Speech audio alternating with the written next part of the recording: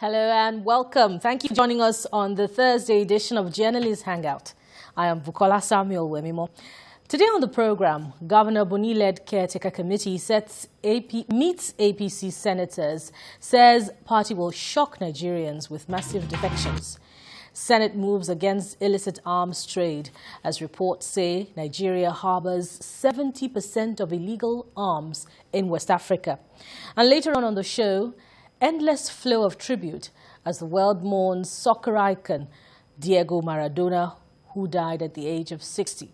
I will be hanging out with returning Babajide Kolade Otitoju and Adekunle Yusuf, while Musbah Razak and Kayode Ogundare will join us for the sports segment later on Journalist Hangout. The program starts now.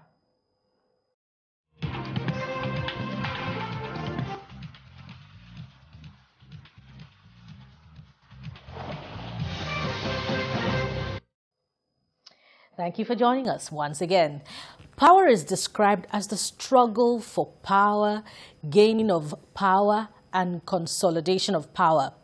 Having won power after victory in 2 rounds of election, the ruling All Progressives Congress, APC, is consolidating its hold on power.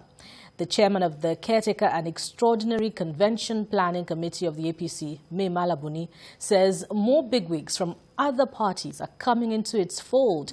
He stated that the ruling party is about to shock Nigerians with unprecedented number of defections that would remain the largest in the political history of Nigeria.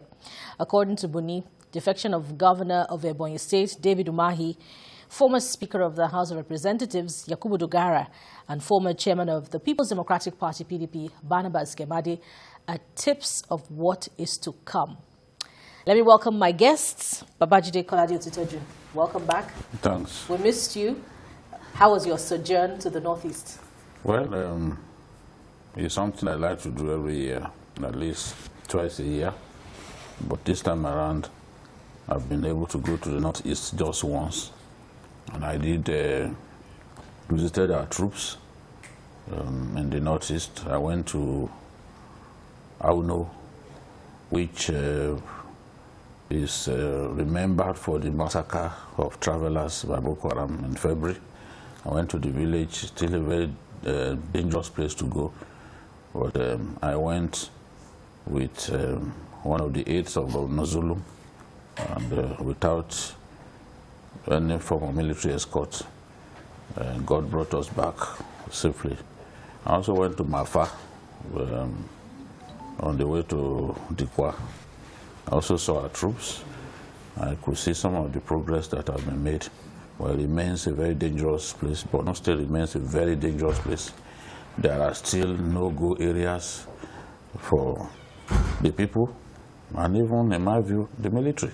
There are still places, in my view, being held by the insurgents. Well, this is not the day to talk about that, because we'll talk about places, communities that are being held by the insurgents at this time, and we've not been able to dislodge them from there. So when people tell you there's no Nigerian territory in the hands of Boko Haram, I swear to God, it is a lie from the pit of hell. That is what I discovered during my visit. Yes. Based on reports, of course, we can only just imagine what you found. And of course, we're going to get a comprehensive report of your findings. Yeah. Welcome also to the program, Adekunle Yusuf. I'm glad to be here. We're glad to have you. So to today's issue, Mai Mala Buni's Caretaker Committee is getting more confident by the day. But Babajide, what should we do with this information that's set to shock Nigerians even more with more defections? I think that Governor Mai Mala Buni, as someone that I like, should be more concerned about building cohesion within the party. It's not simply to bring in more people into the party that is the problem. It is about uniting those two who are there. APC lost 4 states that they could have won easily in the last election, if not because of disunity, if not because the members were pulling in different directions, they were quarreling with one another. One of those states is Adamawa State.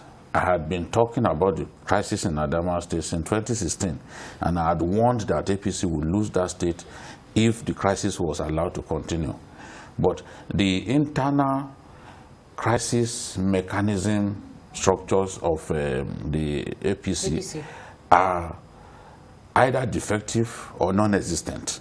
That is why you see that there will be crisis, and rather than solve that crisis, you just watch the crisis fester and fester until it stops the party from winning a particular state. So this is the thing. We saw what happened in Osun State. We saw the crisis that made the PDP stronger and made another party stronger. And the party came close to losing the election. It was providence, in my view, that they could easily have lost that election. You know, that is what disunity does to you. May Malabuni may have a honest intention to make his party stronger, but it is the conflict resolution mechanism within the party that it should be working towards. I don't think that defections can shock Nigerians anymore. In our country, we've seen a vice president defect to another party. Didn't it happen? Did Atiku not defect? You know, as a sitting vice president, confirmed by the court, you know, and Obasanjo wanted to kick him, ensure that he could not run in that election. And he defeated Obasanjo more than 10 times in court, on the bounce, 10 times on the bounce. Until the Supreme Court said, no, you cannot remove him because you had a joint ticket. You know, so we've seen a vice president defect. We've seen governors defect out of even a ruling party, which was a first. You know, we've seen governors defect. So that people are defecting is not something that will shock Nigerians anymore. You know, it's not.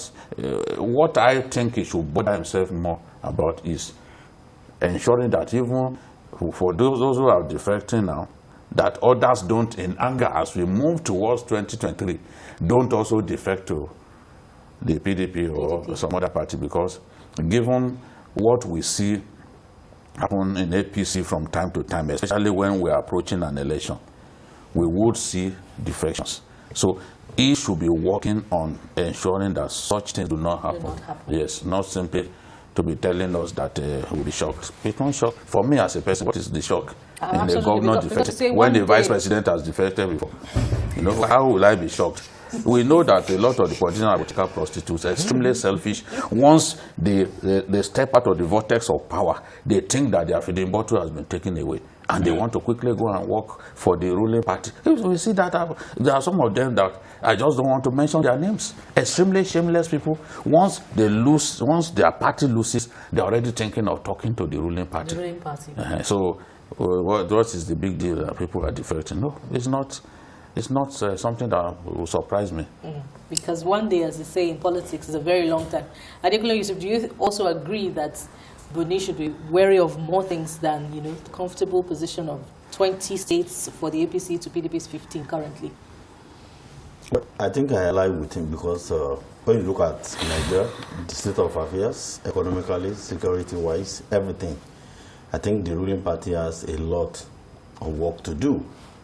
Nigerians are not, you know, mesmerized by the sheer number of governors a party produces, or they want, if you're in power, they want service. They want you to offer the very best. Let me tell you, when you look at, you know, defections, how does that, you know, benefit Nigerians? How does that solve the monumental insecurity crisis we're battling with? The level of, you know, poverty and hunger as we speak is unprecedented. How do we solve that? We have too numerous problems. As we move, the APC through, you know, Malai Buni, is just, maybe you didn't know this, but I think you will know. He's just trying to tell Nigerians that there is no difference between the PDP and APC. That's the message he's sending. And that's not right. We want our political actors to build this democracy. If you turn Nigeria to a one-party state, as is implying now, because that's the essence of what he said, that we are going to have such level of massive defections that will be unprecedented in our history, political history. You are telling us that you want to turn Nigeria to a one-party state. One-party state, how does that solve our problems? We have problems that are mounting by the day. As we speak, Nigerians want to see, is there a difference between APC and PDP?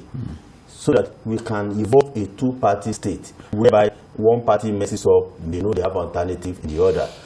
Not that there is no difference between PDP and APC, or that one messes up in one party and the other party is saying you are welcome, all your sins are forgiven. That is not democracy we seek from our political elites. That's not what we want. So we want this caretaker committee under Malai to focus on what matters, not irrelevancies. When you look at that committee, he also said they would do membership registration and all that. These on the surface, these are beautiful things, but at what, not at this stage when the party is still fractured. If you go to places like Zamfara, the wounds, nobody has ever made any success of reconciliation in that state. If you go to other states, you see pockets of crisis rocking the ruling party, because the APC is the ruling party.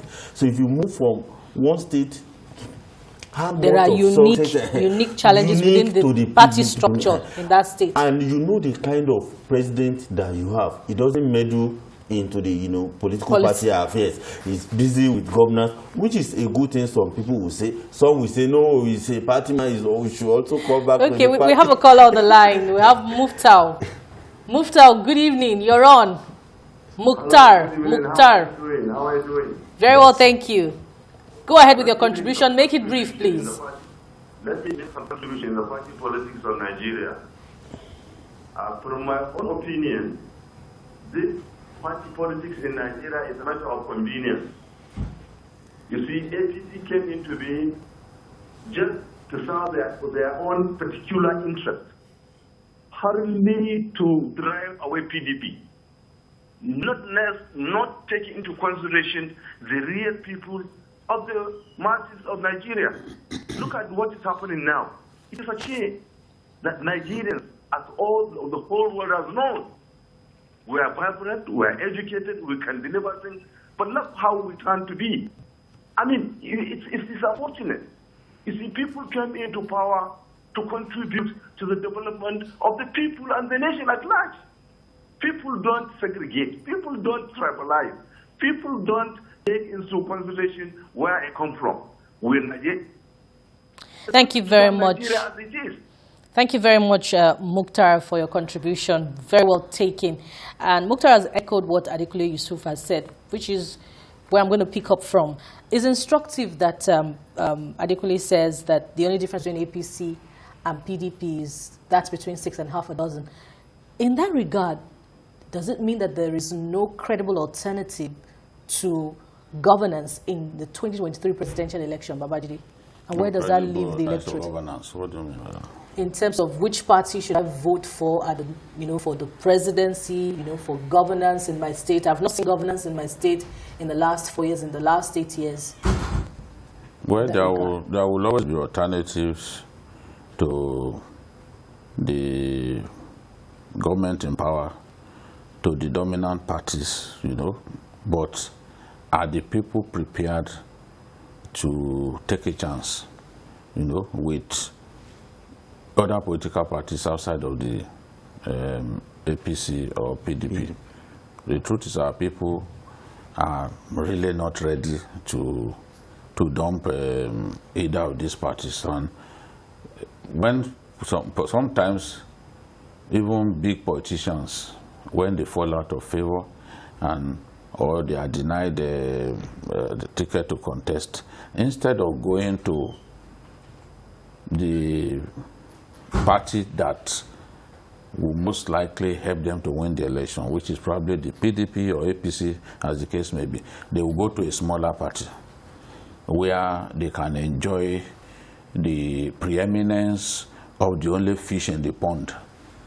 And it does not, at the end of the day, that big fish in the pond, when you are talking about Nigerian politics, if that big fish in the pond does not have if the platform that big fish in the pond wants to use does not have the organizational structures and the capacity to mobilize like these two dominant parties, they are not going to win the election. You saw what happened to Agbola Ajayi in Ondo State. Labour Party. Yes. We told them that he would not be able to win the election for those, not because he was not popular, but if you are popular and you chose to use a medium that is not popular enough or does not have the structures across all the wards, all the senatorial zones, that's not where you are going to win the election. Every polling center counts in the unique kind of politics that we play in our country. So this is the thing.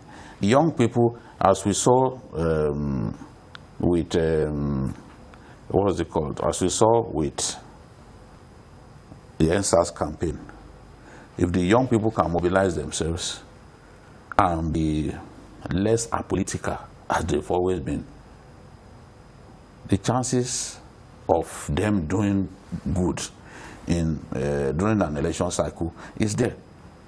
But a lot of them have no interest in politics. Or they must begin to get involved in politics. People like Obama got involved in politics very early. So if you don't get involved early, then how do you win? It's always said that fortune favors the daring. If you sit back and just watch politicians misbehaving and you just be cursing them on social media, where it's so convenient to even abuse some of us who are also as concerned as you are, you abuse us as well. Then how are you going to win elections? You must get involved. So this is the thing. And the politicians know that the way everything is structured is in their favor. So you can see them strutting around.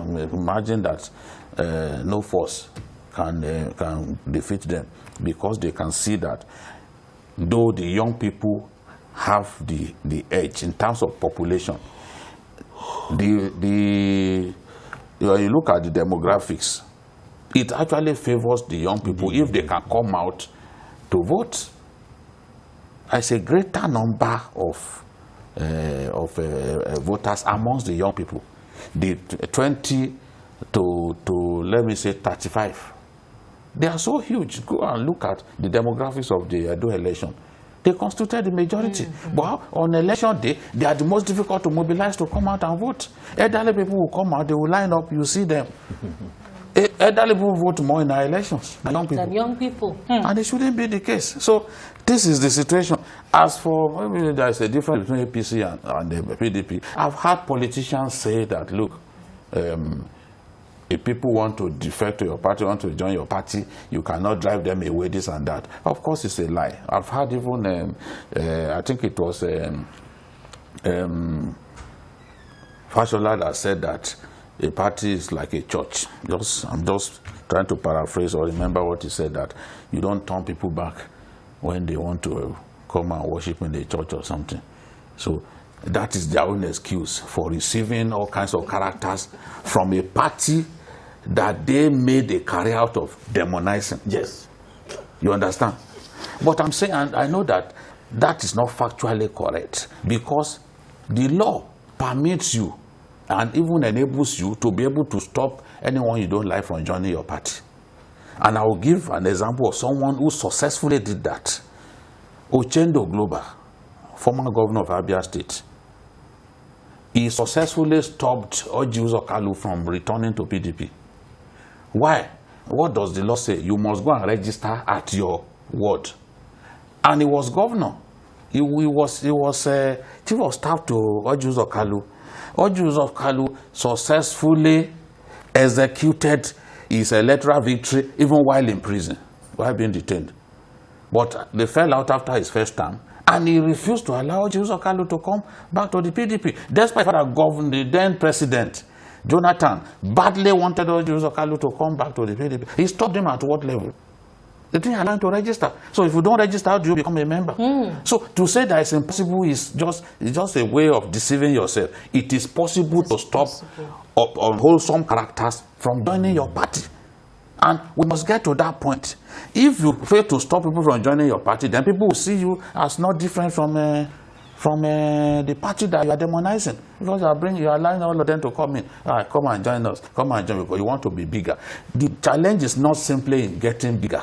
The challenge is in maintaining cohesion, in achieving unanimity, in ensuring that you have one indivisible party that goes into a contest as one strong force. But that's not what we have with the APC. They may not like it, but I will say it. That's the truth. I will say it, and there's evidence of that. Even now, can they go into a convention? Are we certain that they can go into a convention with all the crises that they have? And we've warned them that, look, if you continue on this path, you'll just be like PDP. So it's not The enough, truth is it's not enough to have an edge. I know the PDP people in will terms call of me state. after this program now. Why? You're always abusing. I'm telling you the truth. Challenge factually. Build a cohesive party. That is a challenge. Build a party where everyone sees the other person as a brother and they are working as one. When you fall in love, like you fell in love with your husband, you start telling yourself that two hearts are beating as one. That's what you always say. Oh, our two hearts are beating as one. Do the hearts? It's only so in politics when the interest starts, when the interest change. So your 10 to Israel. So this is the thing. The challenge that the Yoruba governor has is a huge one. I pity him. He's someone that I like. I pity him. But the challenge is not simply to be bringing a PDP member, including some who cannot win election if they cross to another party. We could go on and on this topic, but we must go for a break now. You're watching Journalists Hangout. When we return, we'll go to our next topic, which is another very interesting one. Stay with us. We thank you for joining us on today's edition of Journalists Hangout. Just before the break, we had looked at the topic, May Malabuni's Caretaker Committee, and how it is faring, particularly why it has said that it will shock Nigerians with many more defections of bigwigs from other political parties. We could go on and on with that, but over the years, the reason for the worsening insecurity in Nigeria was unclear. But a report by the United Nations Office on Drugs and Crime that Nigeria accounts for 70% of proliferation of small arms and light weapons, which is more than 350 million out of estimated 500 million across West Africa, could be the reason. The Senate is considering a bill seeking to tackle illicit importation and trade in small arms and light weapons in the country. The Senate leader, Senator Yahaya Abdullahi, says the proposed legislation will, among other things, identify sources and main routes of small arms, ammunition, and light weapons. And Senator Abdullahi's bill is called the Bill for the Establishment of the Commission of Light Weapons, something like that. Do we need another commission? I think I'm coming to you now, Adekunle. Another commission to tackle light weapons. If you're proliferating small arms and light weapons, isn't it a crime that should be tackled by the security agencies? Well, first of all, I must comment, and acknowledge, the importance of what the Senate is trying to do. It's something I like a lot. But I disagree with the style. This is a time we should be thinking about how to, prune down the size of government. But every little issue, our Senate, our National Assembly is always coming up with commissions. And you forgot the fact that this will be permanent. And one of the things maybe they didn't seem to realize is that you are trying, when you create a commission to solve a problem that can be solved in a small space of time, you want to make that problem permanent. Because those in the commission, that will be their business. But let's leave that. What we have now, small arms, illicit arms, proliferation in our country, it's been with us for a long time, before Boko Haram. So it's always been our problem. When you see problems of armed robbery, all those little pockets of crisis everywhere, people smuggle, arms into Nigeria. through our borders, through everything. And many of these things are unknown to our security agents. You have seen the customs, arrest, people to the extent that under this the Controller General of Customs, the custom had to visit some countries where they noticed that it's becoming a regular affair, that from this social country we are having this. They have to visit and we can solve these problems. It's not a problem.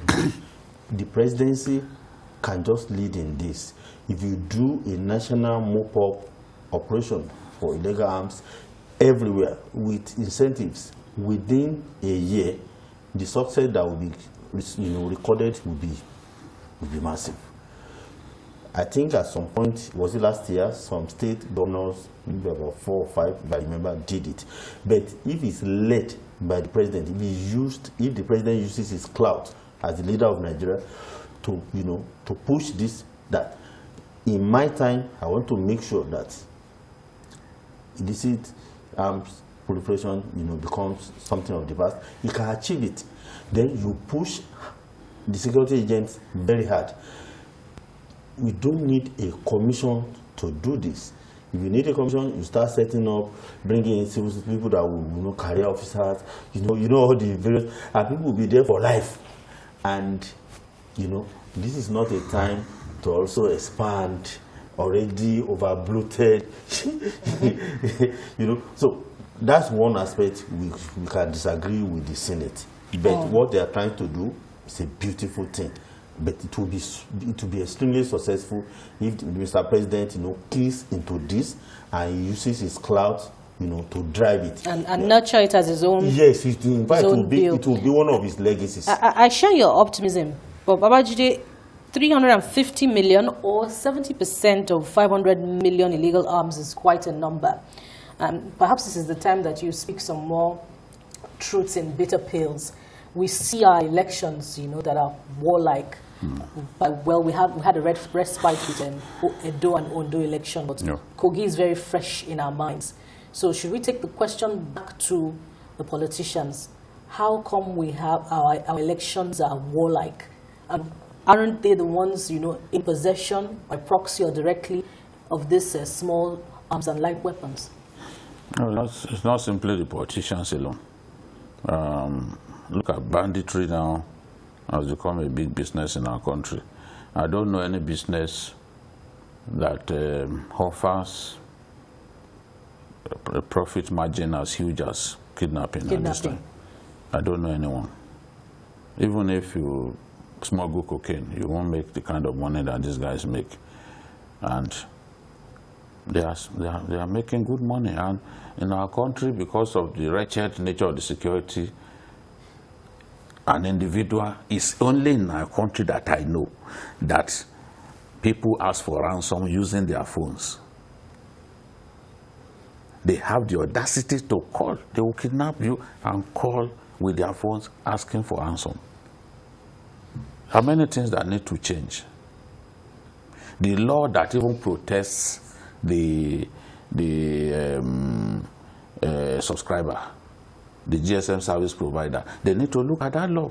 Because when security agents are asking for call logs and all that, they give them problems because of the portion of the law that seeks to protect the subscriber.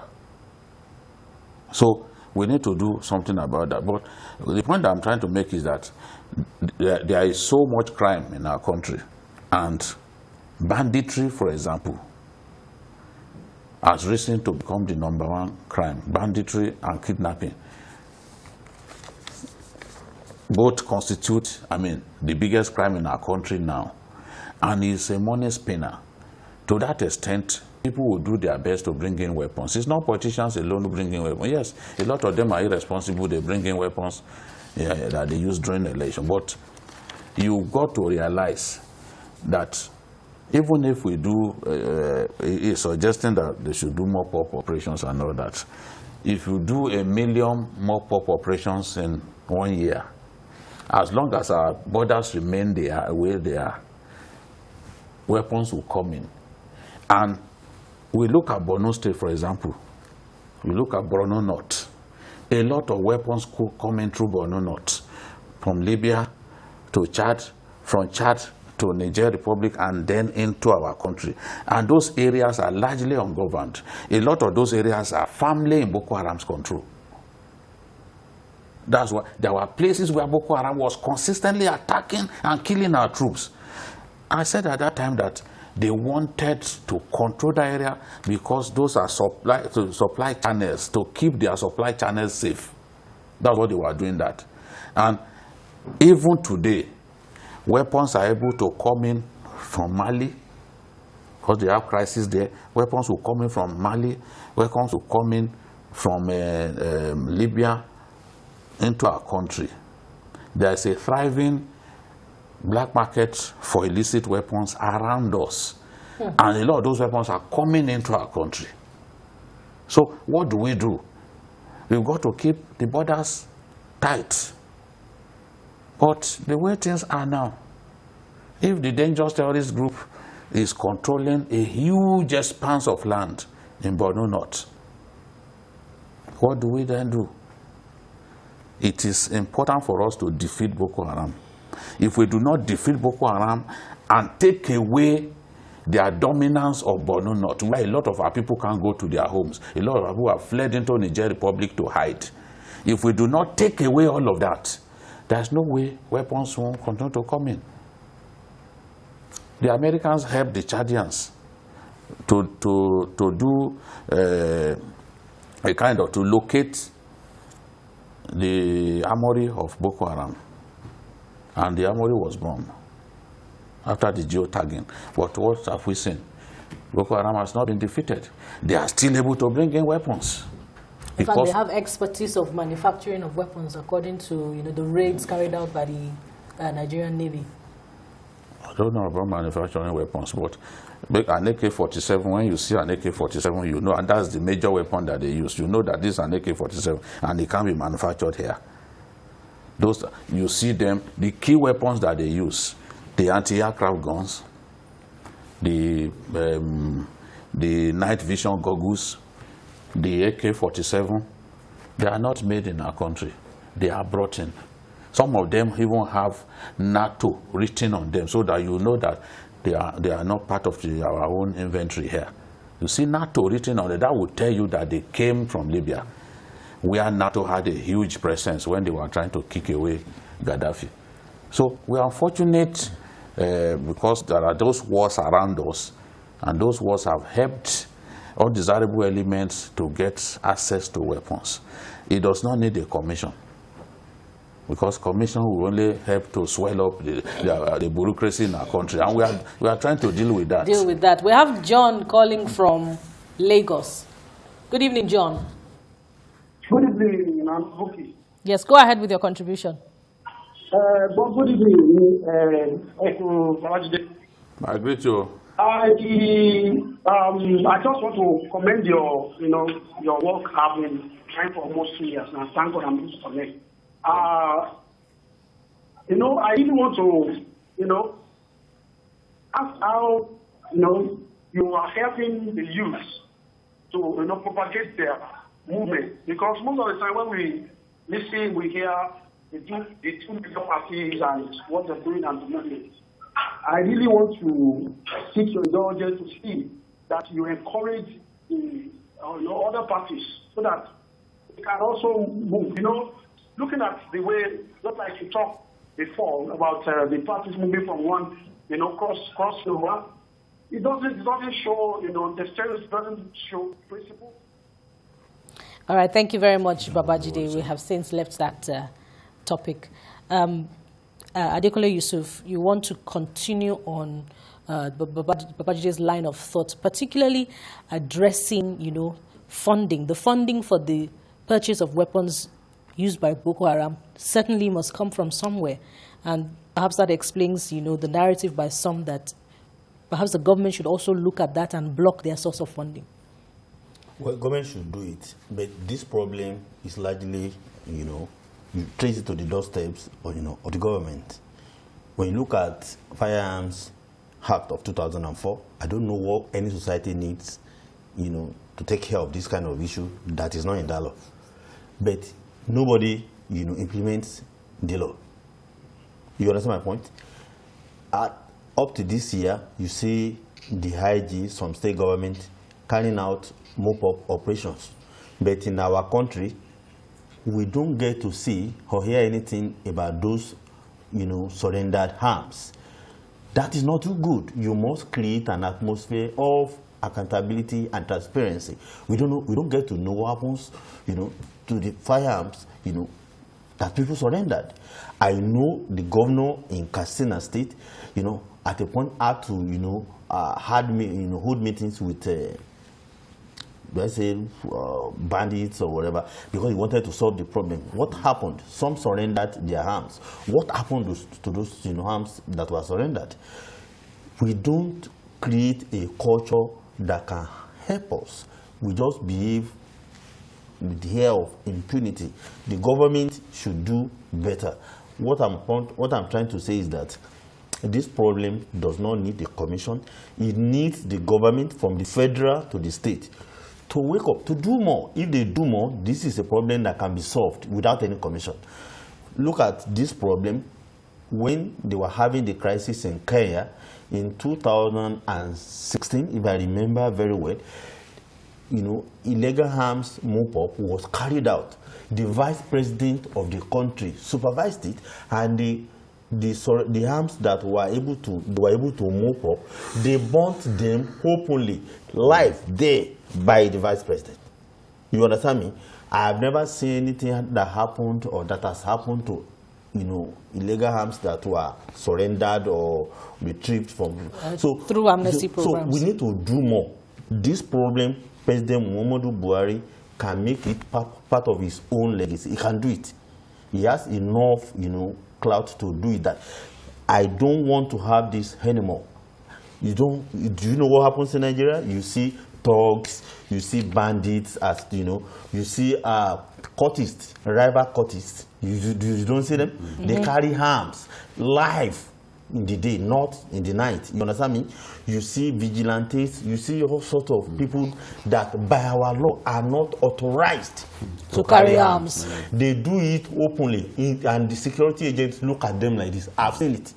You see, they will pass in front of soldiers, they will pass in front, in procession, in front of policemen, everything, and nobody will say anything. So when this happens, we are gravitating to absolute lawlessness. We can do it, I believe, so much that the president can lead in this direction. Not just, somebody giving press statement or that the president said, no, he himself will take it up. Not just instructing the IG. No, you will be directly involved, and you make sure that state by state, you do it, make it a rigorous thing, and at the end of the day, whatever you're able to get, you of burn course, them. we've driven home the point as much as possible. Government can summon up the political will to mop up illegal arms, both small and light weapons. You're watching Journalists Hangout on TVC. When we return, we'll go to our next topic, which is from the sports scene, the demise of Diego Maradona. Stay with us. We'll be right back. Thank you for choosing Journalists Hangout on TVC. Among soccer greats like Pele of Brazil, Argentine soccer legend Diego Armando Maradona is regarded as one of the greatest players of the round leather game. Hence, his death after a cardiac arrest on Wednesday at the age of 60 could be regarded as the greatest loss in soccer history. His departure prompted scenes of mourning around the world, with fans gathering to pay tribute to one of the greatest players of all time. The 1986 World Cup winner, who died after a major surgery, left many memories for the soccer world, including the famous Hand of God and a solo effort, voted Goal of the Century. 3 days of national mourning for the late soccer icon have begun in Argentina. We're joined by a new set of guests for this segment as I welcome Kade Ogundare. Thank you for having me. Welcome to the program. We also have Musbah Razak. Good evening, viewers. Thank you for joining us. But before we start off the discussion, let's take some moments of Maradona.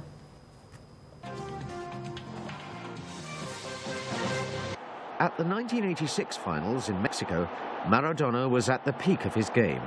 It was here that he put the disappointment of 1982 behind him by almost single-handedly winning the FIFA World Cup for Argentina. By now, the 25-year-old Maradona was captain of his country and desperate to succeed. He led Argentina to the top of their first-round group, scoring the equalizing goal against Italy.